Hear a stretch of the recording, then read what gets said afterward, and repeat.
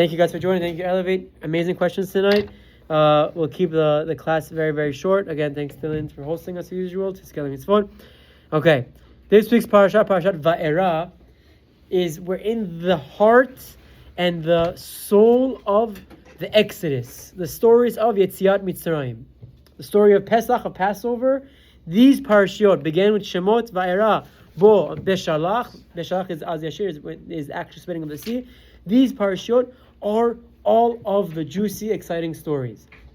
In this week's Parashat Vaera, we have 7 of the 10 plagues. Dam, Tzfardea, Kinim, Arov, Dever, Shechin, Barad, all of them are in this week's parasha.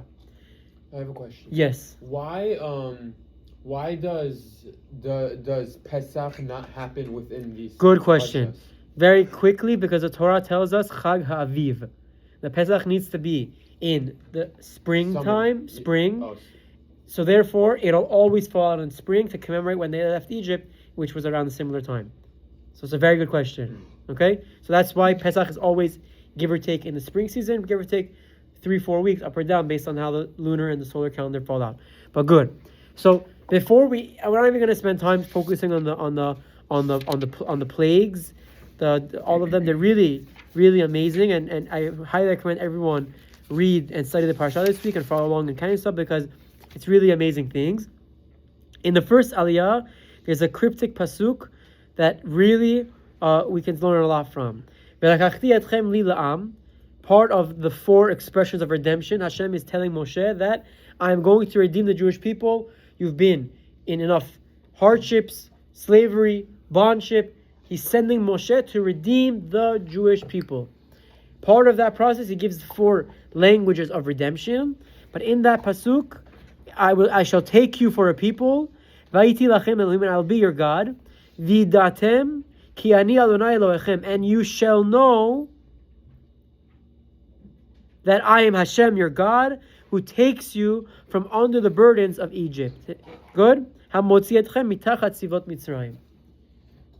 This pasuk is in the beginning, before the plagues, before Moshe goes back to Paro, before any of the amazing and awesome miracles that happen in this week's parasha. But I want to highlight on the word vidatem ki ani Adonai Elohechem. You shall know that I am Hashem, your God. The Exodus, Yetziat Mitzrayim, the leaving of Egypt, is an integral pillar of our belief in our religion. I can speak at length about why that's so, but it has to do with the fact that Hashem revealed himself publicly in front of the entire world, in front of all of our ancestors, and literally they saw him do miracles, change nature, or use nature to bring upon crazy miracles, and help the slaves become free people practically overnight. Okay? This concept of Yetziat Mitzrayim is Pesach night, is the night that our tradition, our Torah values, our Mesorah is given to the next generation. The most important night of the year, meaning Yom Kippur and Shabbat excluded, let's say, the most important night of the year for the longevity of the Jewish nation is the Pesach Seder. Because we say over the story of the leaving of Egypt, and that's when we reaffirm it to the children, to the younger generation, about this emunah, this belief in God, that He changed, that He used nature, He brought miracles to bring us out of Egypt. And I think this pasuk is like an introduction to the next few parashiot. That why are all of these plagues? What's the plagues and then the splitting of the sea? What of all of this? It's all leading towards what? It's obviously leading towards the giving of the Torah, but all of these things are happening. Vidatem ki ani Adonai Elohechem, that we shall know that I am Hashem, your God, who took you out of the burdens of Egypt. There's an element that the Torah is emphasizing of us constantly knowing that Hashem is in charge and Hashem is active in all of our lives. Now, I'm going to pivot from what we spoke about last week of fearing God, of Yirat Shamayim, and more of just emunah, faith, and bitachon, and trust in God.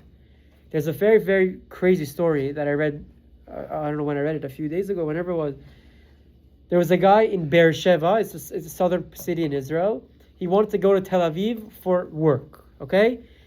He takes his luggage, he takes his backpack, his bag, into the taxi, 2.5 hour drive to Tel Aviv. He had a day packed with appointments, a day filled with meetings in Tel Aviv for business. He scheduled for the past 3-4 weeks, packed it all in one day so he doesn't have to go back. He arrives in Tel Aviv after 2 hours. He gets out of the taxi, and all of a sudden he's like, oh wait, I left my bag. He looks back, the guy drove off, his bag and his phone are left in the taxi. Oh, he had massive headache. He says, my entire itinerary, all my contacts, all the meetings I have were in that bag. My phone is in that bag, my schedule, my calendar. I can't even contact my customers and my clients that I'm going to have to reschedule. He's freaking out. He's overwhelmed. He goes, not only did I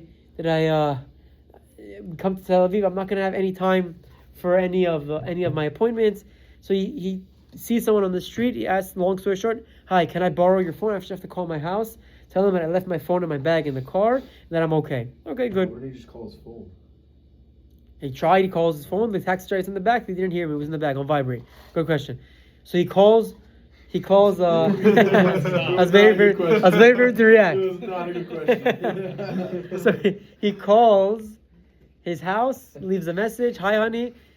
I got to Tel Aviv. I'm okay. Thank God. Unfortunately, I got out of the car. I was distracted. I left my bag, my briefcase with all of my meetings and my phone in the taxi. I'm okay, but I don't think I'll have my meetings today. I'll let you know when I can get a hold of the stuff. And he spends the next hour, 2 hours, 3 hours. He doesn't remember the taxi number that he was in, so he's hailing on every taxi. Was I new? No. Was I new? Was I new? He eventually, by 8 o'clock in the evening, finds the taxi that was his, somehow by luck of God, hails him down, gets in the taxi again. His bag is still there. His phone is there. Okay, let's go back to Beersheba. He gets back in the car and goes. On his journey back down, he says, okay, I missed out a full day of my meetings. He goes on his phone. Let me at least email them now and say, sorry, what happened? This happened. Let's reschedule for another day. He opens his phone and he sees he has like 5-6 missed calls from his son's school and from an unknown number. What's going on? He listens to the first missed call. They leave a voicemail. Hi, let's call him Yossi. Hi, Yossi. This is the principal of your son's school. Please give me a call back. There's been an incident with your son. Okay. He listens to the second voice note half an hour later. Hi, Yossi. We called half an hour ago. I left a message. Please call us back right now. There's something involving your son. We need your cooperation. We need you to respond immediately. Please, bye. Third voice note, an hour and a half later. Hi, Yossi. Again, this is an emergency. This is the principal from your son's school. This is regarding your son, that you love him very much. Please call us back immediately. Bye. Fourth voice note. Hi, Yossi. This is the principal. Your son was on a tiyul. Your son is missing. We don't know where he went.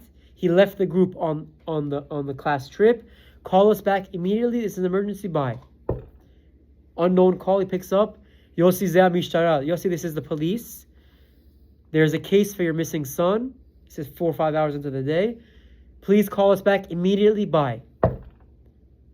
Number 6 at like 3 p.m. The principal calls. Hi, Yossi. This is the principal. I have great news. We found your son. He slipped off the cliff on the hike. Baruch Hashem, he fell down 30, 40 meters. Baruch Hashem, he's okay. He's alive. We're taking him to the hospital now to be treated and see if there's anything else. But it seems like as though he only has his simple bruises and scratches. Hangs up. Number 6 gets a call. Hi, Yossi. This is the principal. We haven't heard back from you yet, but you should know that your son is in the hospital. He's stable. They're preparing discharge papers. He'll be home in a few hours. Bye. And he goes through these 6-7 messages and he thinks to himself, I've spent all day freaking out, worried, sick, pissed off. Hashem, why did you make me lose my bag? Why did I forget my phone in the bag? What are the odds of all days possible? I came to Tel Aviv this one day and I have 8 meetings to go to and I lost my bag and my phone. Then on the taxi ride back, he thinks and he says, oh my God, imagine I had my bag and I had my phone and every meeting of the day, I got a phone call like this I wouldn't have had my work meetings, and I would have been paranoid, and I would have died of a heart attack. And he thinks to himself, he says, okay, I understand, Hashem, why you made me lose my bag today, and why you made me lose my phone today. Because in hindsight, everything turned out okay. You didn't want me to worry more than I needed to, unnecessarily. It's a powerful story, true story, happened in Israel. But the idea is exactly what we're reading. Vidatem ki ani Adonai Elohechem. Our jobs, especially as we come across these parashiot that deal explicitly with the miracles and the Exodus and Yetzat Mitzrayim, is to reaffirm in our minds and our belief that Hashem runs the world. Not just say it, but to feel it, but to internalize it, to know. Vidatem. I know that that Hashem is the one that took me out of Egypt and is actively involved in our lives every day, day in and day out. Hashem cares about what we do. He wants a relationship with us.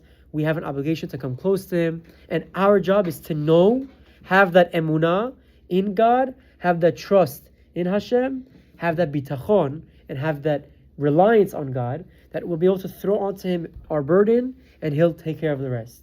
And I think it's a very small pasuk. Again, it's not really the major theme of the parasha. The Parashat Vaera talks about Moshe Rabbeinu. He goes back to Paro, let my people go. We want to go serve our God. Paro says no. Then the plagues, the first 7 plagues. This is the more than half of the story of Pesach. Is this week's parasha. But I think the prerequisite, the reason why it begins with these languages of redemption and this emphasis on you shall know that I am Hashem who took you out of Egypt, that saved you from the hardships, is that it's the same Hashem. Hashem is involved in our lives. He cares for us. He wants a relationship. And it's our job to remind ourselves, to actively remember that He is God that's in charge of everything. Through studying of Torah, through keeping of mitzvot, through coming close to Him, through emulating His ways, we can remind ourselves and achieve that goal of Vidatem ki ani Adonai Elohechem, by knowing that I am Hashem, your God. This is the reason why Shema appears in why the story of leaving Egypt appears in Shema every day. The last pasuk, ani Adonai Elohechem, asher hotzeti etchem me'eretz Mitzrayim, I am God, Hashem, your God, I took you out of Egypt. Hey, all of these parts are integral and all have a underlying and key figure to the story of Yetziat Mitzrayim, and the prerequisite or the premise of it is this reaffirmation of our belief, of our trust, and our emunah in Hashem. Chazak Baruch, thank you very much, and Tizkenu for the great questions also as well.